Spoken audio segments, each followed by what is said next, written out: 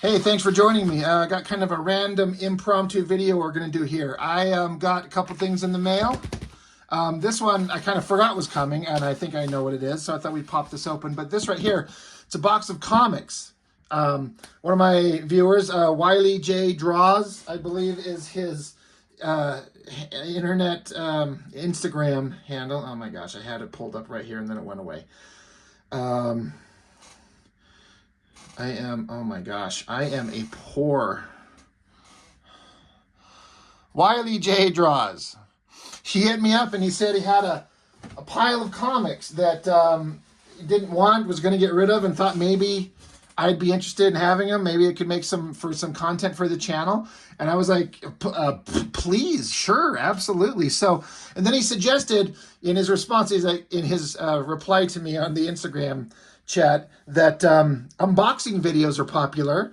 I was like, oh my God, that's right. I so rarely ever get to do anything like that. So first things first, I'm going to pop this one open because it's the smaller one. Let's just check it out.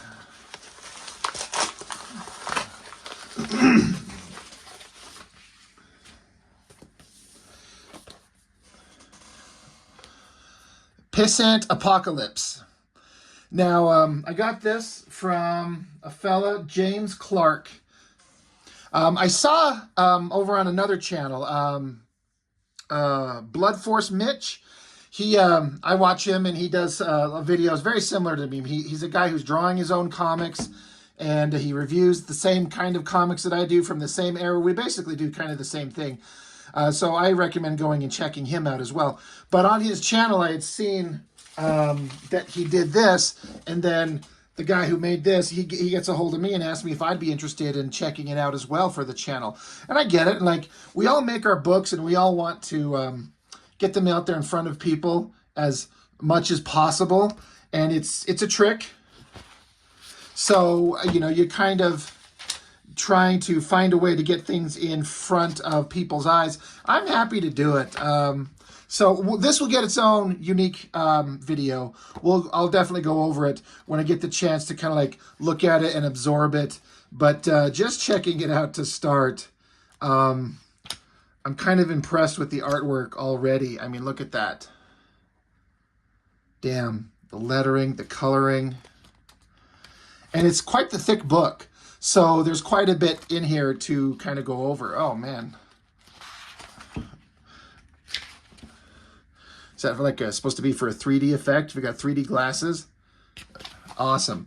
So I'm very excited to look at this one for sure. So James Edward Clark, thank you for hooking me up with that. I will, when I get a chance to get through this and go through this thing in a proper, like, where I can properly kind of understand what it is, it will definitely get it on the channel here eventually. But thank you for that. Now this one, I have absolutely no idea what's in this thing. I got this little silly thing on top of it. It's got addresses on it, and I was like, I was not going to care, but I don't know. Maybe I should be cautious about people seeing my address versus also the address of the fellow who sent it to me. So I'm going to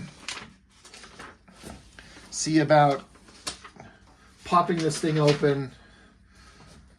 But again, it's... Oh, don't show. All right, I'm going to just crank the camera over here just a little bit. You can stare at the wall on Rob's desk while I pop this open. And then I have no idea what's in here beyond it's a pile of comics. And the guy said that it might be some stuff in here I'll be interested in. And, you know, I'm always looking for... You know, I get comments often enough, not too terribly much, but people saying, hey, why don't you review this or review something else? And I'm like, well, I started the channel just doing the comics that I have. Like, I didn't intend for this to become like a thing. I didn't think it would become a thing. I was like, I'm just going to talk about the books that I've got. And I can only talk about what I've got and what I've seen and what I like. But it's always interesting to get some different stuff that, you know, give a little variety, and I can get a chance to see some new things. So again, I have no idea what's in here. So let's just do a quick unboxing, so to speak.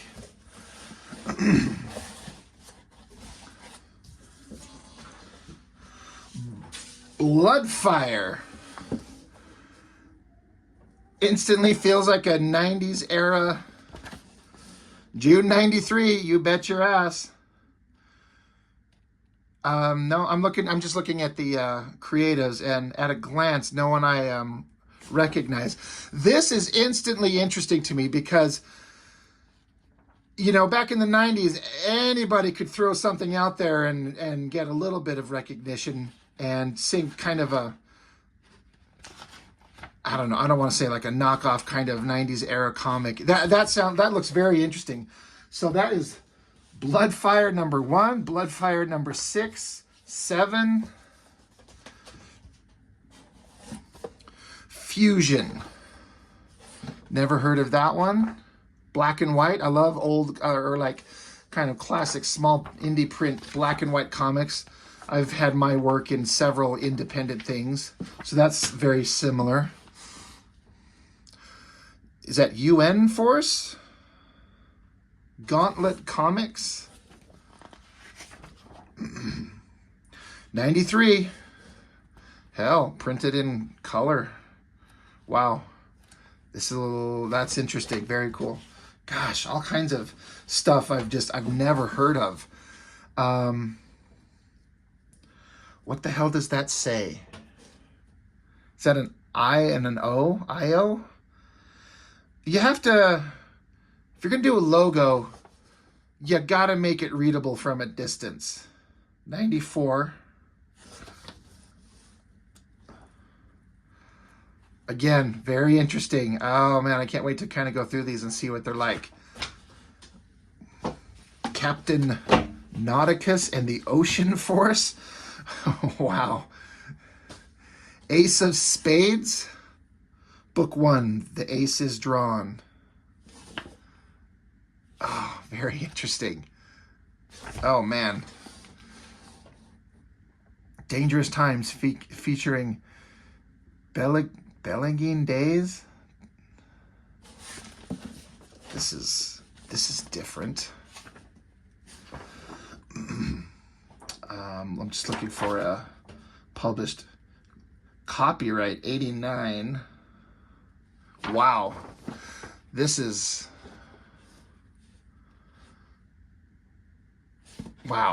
really interesting. Old newsprint, black and white, very cool. Satan 6, I've heard the name from Topps Comics.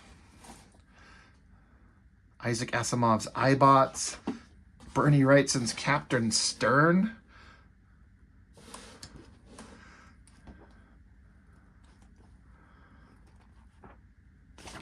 Man, this is nothing like I expected, and I love it because it's just all so, it's all random. Like, it's not Marvel and DC stuff. I'm really curious as to where this came from. Colors and Letters by Peter Dougherty. Everything Else by Jeff Darrow. Oh, shit. Hell yeah. Issue 1. I gotta be honest, the cover kind of, I don't know what they're trying to go for, but Jeff Darrow, instantly, like, fascinating. I recently did that Hard Boiled, and artistically amazing. Story-wise, I did not get it. I did not care for it, but artistically, wow. Richard Corbin. This is another guy that was a big, huge blind spot to me. Huge blind spot. And it was only through the Cartoonist Kayfabe channel that I really kind of like started hearing people talk about who and what he was and started seeing the artwork. And it's always been a little bit different. Not quite my favorite as far as at a glance artistic taste, but just looking at that right there, that is amazing. Looks like 89 is when this was made. Look at those colors and that anatomy. Old comic, kind of in rough shape. Looks like it's got a little water damage. This is going to be a fascinating one to go through. Wow. That's funny. I find myself like smelling these old comics, this old newsprint, saying it was the water damage gave it a kind of a musky smell. That one's going to be really interesting. Ultraverse. Oh, Lord. Oh, it's folded up. It's a shame it's an Ultraverse comic. Sludge. Wow. More sludge. She. Everyone knows She. Issue 4 from 94. I've never had a chance to read any of these original works. I understand it was really successful. It's got a big following and a lot of respect. It artistically was never anything. I mean, I saw a lot of the artwork and it never quite captured my interest. That's pretty damn interesting, though. It kind of sucks to, like, you know, here's a book to finally read. It's issue 4. Oh, damn. I've always loved that Silvestri drawing. I mean, god damn, is that cool. Am I going to ruin it if I take this out and frame it on my wall? Holy shit. That is awesome. Great. Final Faction, First Impact. Oh man, the amount of comics that were out there. And all these wild ideas. Look at Robo-Dog. I'm always curious as to when these were made. So I'm always looking for that. 2021? Really? All right. Ash. All right. Here's one that I actually have. I have Ash. I have this one. I'm a big fan of Joe Quesada's artwork, and this is the era where he went into a style I couldn't stand. He added too much cartoony to it. It wasn't my favorite thing. Continuity Comics, Neil Adams. I don't think I've got anything drawn by Neil Adams. I just want to check, and is this the whole thing by him? 85. Look at that creature. All right, that's going to be a fun one.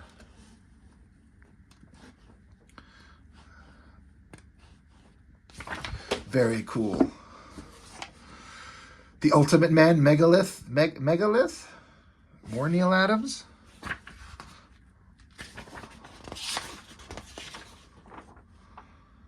From 85. Wow. I mean, I was 8 years old. It's the age of my youngest son when this was made. Putting these in the context of a time frame, just, it's kind of shocking to me how much time has passed. Revengers. More of those. So there's kind of a decent run of those. Ms. Mystic. Mystic? Never heard of that. It says, to properly view this cover, check inside front cover for instruction. Use 2 dots over Mystic's shoulder to focus. So some kind of gimmick cover to, is that like one of those like posters where you're supposed to stare at it and the image forms? That's interesting. Who draws it? Is this pencils 1 through 12? Dwayne Turner, and 13 through 26 Ernesto Infante. Dwayne Turner was a hell of an artist. It's interesting to do just a negative shape zipatone kind of thing on the figure. That'll be interesting to go through. More Continuity Comics. Earth 4. Never heard of that. Oh, holy shit. This cover, there's some kind of like texture. I've never ever seen this on a comic before. I've seen a lot of variant like special different silver foil, hollow foil, but this has like a rough, grainy texture. That is something I've never ever seen. That is very different. That back cover, that's a hell of a dragon. Who the hell drew this?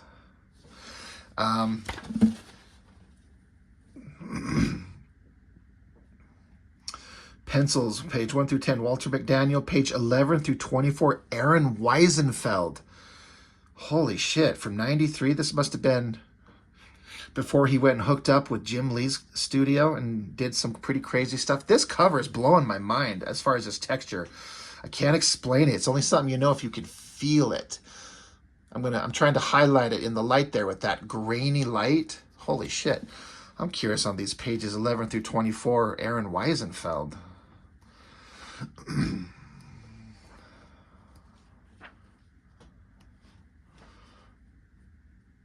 That must be him. Well, that's interesting. Damn. More continuity.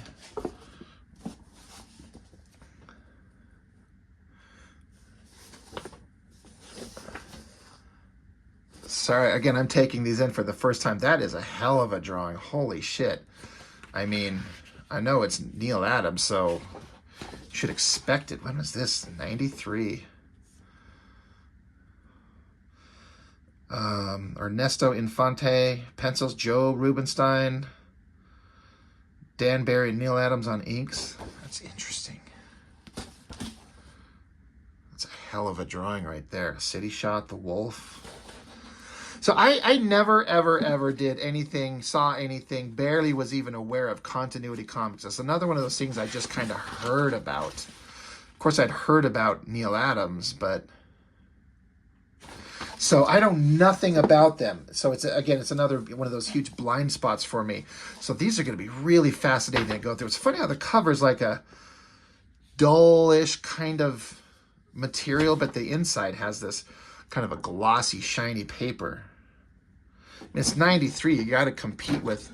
Everyone was looking at Image Comics, and I don't know. How do you compete with that?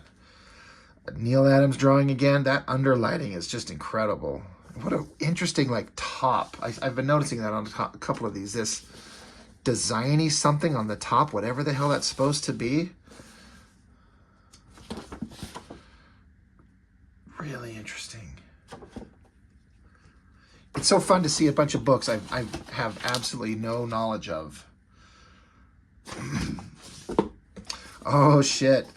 Wildcats. I do have all the run of Wildcats, especially the ones by Travis Charest. We're going to come up pretty soon. We're going to be getting into these. I knew of Charest and his work before he got on the Wildcats, and when Jim Lee appointed him to take over, I wasn't particularly thrilled because some of the stuff he'd been doing, these short stories at Image, weren't particularly interesting to me. But he upped his game really quick, and he accelerated his skills almost like at an exponential rate. It just got better and better and better. Really fascinating how quickly he just evolved almost from issue to issue. Every 2 or 3 issues, there's just a jump in quality of how good he was. So these will definitely get a spotlight at some point for sure. This is issue 21. The first one was issue 16. And there was already just a huge jump in quality from what he was doing. He got so good so fast. And then 25. It's funny, these books are a little beat up, but I get it. You know, they're comics and people kind of toss them around. They're a couple years old. So that's awesome. Again, I've got all of these Wildcats. The 10th, never picked it up. Issue 3. I never was into it. Tony Daniel's work was kind of like falling in the kind of Todd McFarlane-ish style, cartoony, but monstrous, stylized. It's cool. It's good. It's very interesting. It just never appealed to me, so I never picked it up. So, yeah, that's issue 3.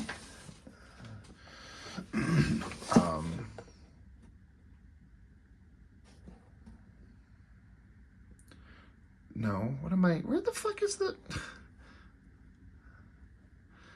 Because this says 3, but this one says 3. What am I just dumb? Where's the issue number? Well, I'm sure somebody's seeing it and going to mock me appropriately. All right, hot girl in her underwear. You got me. Sold. May of 97. Damn, that was a rough time for comics. All right. Another one of the 10th. Very cool. Oh, shit. Chapel. I have a couple issues of these. Calvin Irving was the artist, who was like a combination of like Jim Lee doing Frank Miller and Stephen Platt. And I think issue 3 was one of the ones that I definitely did not have. Calvin Irving drew pages 1, 11, 14, and 15, and with Richard Horry, 12, 13, 16, 17, and Shelby Robertson. So spread across everybody. That's a shame, because Calvin Irving was the selling point of this, and I wonder if he was just doing so much stuff artistically that he just couldn't keep up. Because then it all becomes, he had something unique and interesting, and anyone else trying to do it was just a poor imitation, and it sucks because you could just see how bad it is on the guys that are not him. And he died from something, somehow, somewhere. Liefeld mentioned it online, and he said out of respect he would not say how or why. He says that was due to respect the family, which is, you know, that's how it should be. Oh, shit. Some profit. This should get some eyes. Oh, shit. Dude, you hooked me up. There's issues 8, 9, 10, 7, 6, 5. Fuck yeah. I have issue 5, and I think I looked at it, but I have never seen any of the others, because Stephen Platt was not anyone I gave a shit about. I kind of still don't in this era. I see the appeal. I understand the hows and the whys, but it wasn't for me. When he did his Soul Saga, I was 100% on board, but this stuff was just too much. It was too childish and too stupid, and you say that about any of these comics, and you're just like, really? There's a point where it's too childish for, I don't know. It wasn't for me. But now it's a hell of an interesting artifact to want to go through. So issue 6, 7, now I think it was this one where there's that unbelievable fight. Look at this body horror monstrous figure. Like, you can't even tell me where's an arm and a wrist and a shoulder.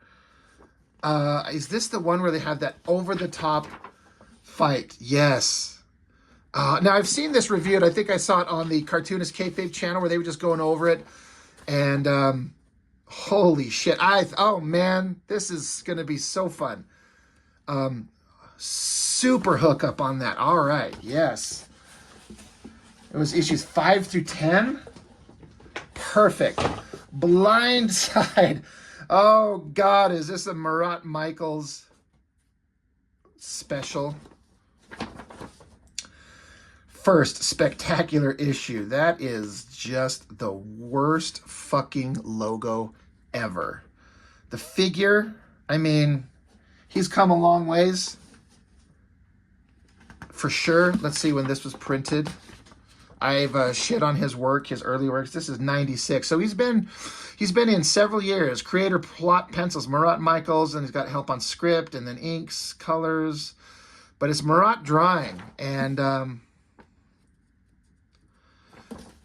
you know, you can see his advancing knowledge from where he if you sit down and you draw comics for years, you're going to get better. And I know some people don't think he has, but this is right here evidence that he has gotten better. Damn, there's a significant increase in ability and skill. Full props to him.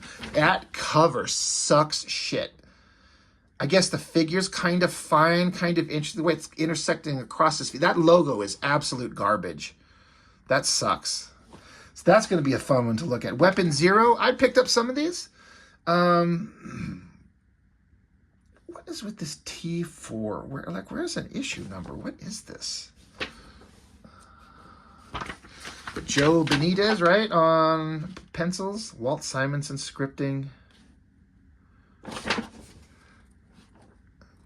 Top Cow trying to find their way. That'll be interesting. I saw this at a glance. I saw some Berserkers. I have I just ran across, I think it was issue 2. It's one of the worst fucking books I've ever seen. It's just terrible. I want to make sure I say, I'm not shitting on Fraga. I have nothing against the man. This was way back when they were all starting and learning and trying their best. I mean, look at that woman. Like, look at her figure, then titties, and then hips. 3-fingered, stupid, wild mane. I missed issue 1, and I only saw issue 2, and I cannot wait to dig into issue 3. Writers are Bo Smith and Valentino, Dan Fraga penciling. I mean, these are just ridiculous. But I can't wait to get into this one. This will be a lot of fun. Again, I like Fraga, and he's a pretty damn good artist now. Like, and he's trying things. I think kids would absolutely love this. But I kind of am interested in books that kids like, and then they stand the test of time, and they kind of proceed into the future still holding their relevance. And this is all only kids like this stuff. Are you fucking kidding me? There's an entire page dedicated to a sound effect. All right. Awesome. Kindred. I have this, and I can't find issue. I either have issue 1, 2, and 3, or I have issues 3, 4, or 2, 3, and 4. I know I have them all. I just can't find either the first issue or the last issue. And I didn't want to review it without having them all in hand. Warblade, Endangered Species. I think I have the first issue of this, and I think I reviewed it. Scott Clark on pencils. Scott Clark and all the tendencies that he had that were just bad. This will get looked at and mocked, unfortunately. He tried. He just had a style that I just don't think worked in the long run. Yeah, we'll see. Deviate. Never picked it up. Al Rio, kind of a J. Scott Campbell wannabe. I mean, very well done. But when you're just clearly doing like a J. Scott Campbell, Jim Lee kind of thing, I don't know. We'll flip into that. Images of Shadowhawk. I am very interested in this. I've heard of these. Never saw it. That is a Keith Giffen drawing, which is almost unreadable. You almost can't tell what the hell you're looking at. Keith Giffen, writer, artist. Alan Grant, dialogue. I've seen that image a million times, but I've never seen the book. I respect the skill in this art, but I don't like it. That'll be an interesting thing to check out. Oh, shit, yes. Oh, my God. I never had any Extreme Sacrifice books. I found a random-ass issue at a store recently, and it was like the second to the last issue. I've never seen these, and I can't wait to get into this. This shit is such garbage. It's Liefeld artwork I've never seen, and that right there makes it a joy to behold. Oh my God. So that's Extreme Sacrifice issue 1. Oh shit, issue 2. Hell yeah. Oh my Lord.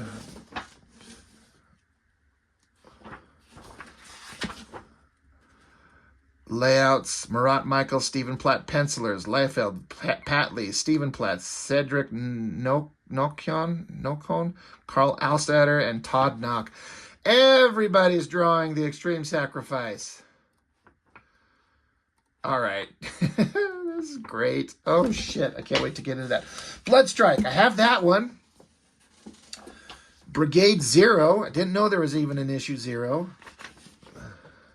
By Jeff Matsuda. All right. That'll absolutely be worth a peek. Supreme Madness. So Supreme issue 18, part 6 of 6, and that is Pit. I know that Supreme is supposed to be Superman, but all I want to see is Pit just rip him to shreds. That's probably not possible. But Layouts by Marat. Boy, it's interesting to give Marat from 1994 the layout duties. Like, he's not that good. Pencils by that Cedric Nokian. I'm sorry, I don't know how to say that man's name.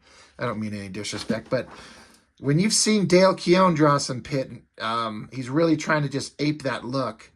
In fact, it almost looks like he just swiped an image from that. But what do you do when you get the opportunity to put Pitt in your book?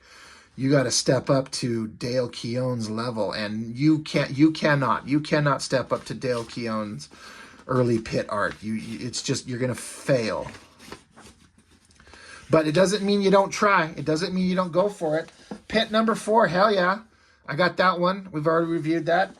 Nick Manabat Cybernary on the back of Deathblow number 1. I've got that. I've reviewed that. At least the Deathblow part of it. I don't know if we looked at Cybernary. I am getting in the mail a Nick Manabat artist edition, like an artifact edition that was kind of put together and financed by just some fans, and there's very few copies that are going to be out there, and I paid $100-something for one. Can't wait to get that. Bad Rock. I think I do have this issue. Another Liefeld shitfest, where I feel like he was just looking at what Eric Larson was doing on Savage Dragon, and he thought he'd just spin off into his own book. I'll just have Bad Rock, and I'll do Savage Dragon. So much I'll just start including his characters in the book too. It's an absolute fucking train wreck of stupid, and I don't think it went farther than one issue. I don't have that cover. I think the one I have is actually a better cover. More, Extreme Destroyer Prologue, part 1 of 9. What a shit cover. Oh my god. Barf. Who's drawing? Valentino on script. Pencils, Liefeld, Cruz, Chap Yap, Fraga, Mark Parillo. I'm sorry. Richard Horry, Logan Lubera. Who the fuck is that?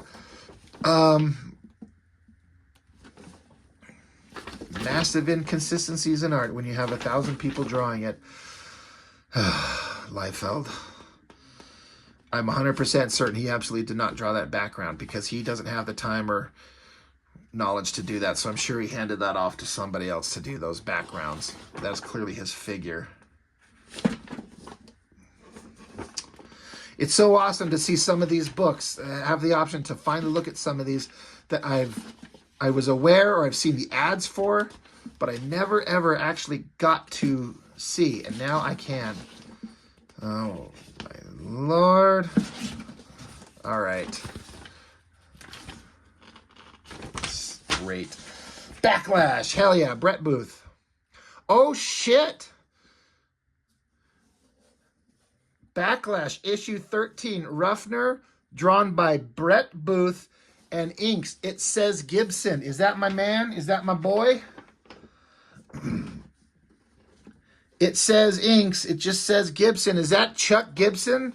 Friend of the channel and inker of some of my pages and bad motherfucker all around. Oh shit. I've been waiting to just randomly come across an issue of the later Wildstorm stuff where he'd said that he'd worked on them. And I'm sure I must have some, but I've got a lot of stuff I have to dig through. So Chuck, if you watch this, we'll have to go through this one. It says inks by Gibson and Bryant. I'm not sure who that is, but you'll have to kind of talk about which pages you did. Just looking at it, the inking looks fine to me. It looks like a nice, sharp, kind of crisp, fine inking. This was published in 95. So, hell yeah. All right. I never really got into Backlash. I mean, you throw in a drawing where you get to have a naked woman, even if she's cracking and turning into stone. I'm on board, surrounded by ghostly figures, and that's a rough angle on the upshot of the face. That's a hard angle to do. It is a very difficult shot. But, damn. Chuck, my man, you can't wait to get your thoughts on some of this. We'll have to look that up.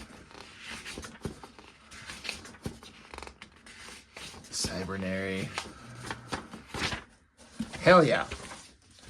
Gen 13. Oh, damn. Issue 3. Never picked up any of these. The original miniseries by J. Scott Campbell. His artwork just never appealed to me. I can absolutely see his skill level, what he has. But at the time, it was this cartoony thing. Didn't jive with me. But now I get it. Right here. Pinup by Dan Norton and Chuck Gibson. That's funny. Norton and Gibson, because he's been penciling some of my pages. And Norton is my last name. A pinup. Chuck Gibson, buddy. So this is, when was this published? Let's see. I'm going to say in 94. So this must have been some of your early stuff. I mean, it looks fine, right? I'm sure you probably look at it and are not particularly thrilled with it, because who would be? It's just funny to see Norton and Gibson, because I've seen that on my own now. Chuck, brother, you've come a long way. Anyway. Awesome. Gen 13. We're getting to the bottom. Absolute almost bottom. You know what? Union number 4. I'm pretty sure Did I pick up issue 4? I might have stopped. I know I've reviewed Union on my channel. I don't know if I remember this. I wonder if I stopped at issue 3. I'm trying to see if any of this looks familiar. Because we're here for, you know, Tech's art. But it doesn't fit this character at all. So he'll always make it visually interesting. But, I mean, I think Tech's work looks better on newsprint with more kind of flat, old school colors. This shiny paper, I don't think it flatters his work to the best way possible. I don't recognize this book. I wonder if I've ever seen this. Interesting. Dooms 4, issue 4. This is a book for the longest time I thought was just something that never was ever made. I saw ads for it all the goddamn place. Never once did I ever see it anywhere, and I feel like I never saw anybody ever talk about it. I'm like, did it ever happen? And I thought it was like a bullshit, like Dooms 4. It's like Dr. Doom and Fantastic Four, so it's Dooms 4. Like, shut up. Shut up. Story by Mark Pissant. Story and pencil. So, I didn't know he drew this. Interesting, because I just did the first issue of X-Force after Liefeld left. It was Pissant who did that. So it wasn't the greatest art, but there was definitely something there. This will be very interesting to see kind of how he progressed. 4 issues in. It looks a little better. Still weird. He's better at backgrounds than Liefeld ever was. But that doesn't translate into sales now, does it? So this will be a difficult one, in that it's issue 4 of something I know absolutely nothing about. But can you get anything out of it from a first-time reading experience of issue 4? I gotta be honest, it looks absolutely god-awful. Like, I mean, outside of like seeing what Pissant could kind of do as a Rob Liefeld clone. If I were to pick this up on the shelf, I would flip through it and I would have put it right back down and never touched it again and never felt bad about it. I can tell already. So, interesting. That right there, that was, I remember this Nightmare. Marat was bringing it, and Danny Meeke's inks were just like taking that shit to the next level. That was an interesting one that I don't think I ever picked up an issue on, but the artwork always looked good. Anyway, that's it. Lot of good stuff. Very few repeats for me. I think basically that Wildcats run, and maybe 1 or 2 there. I can't remember it all. But, you know, mostly new stuff. Lots of interesting stuff. These are going to be very interesting to go through. The continuity comics. Goddamn. Wiley J Draws on Instagram, and I believe you got the same handle on YouTube. You hooked me up big time. I can't wait to dig through some of these. I'm not even sure where to start. Great stuff. And what I like most, and I think people who follow the channel that are fans, so to speak, will appreciate getting a little bit more variety of some things. I mean, there's a bunch of Image stuff in there, and so we've all seen Image comics, but there's a bunch of stuff that I've never had, never seen, and I never would have had. So I can't thank you enough, man. Thank you for hooking me up with these. Very excited. So I guess that's all I've got for now. Thank you. Thank you for watching, and we'll see you on the next one.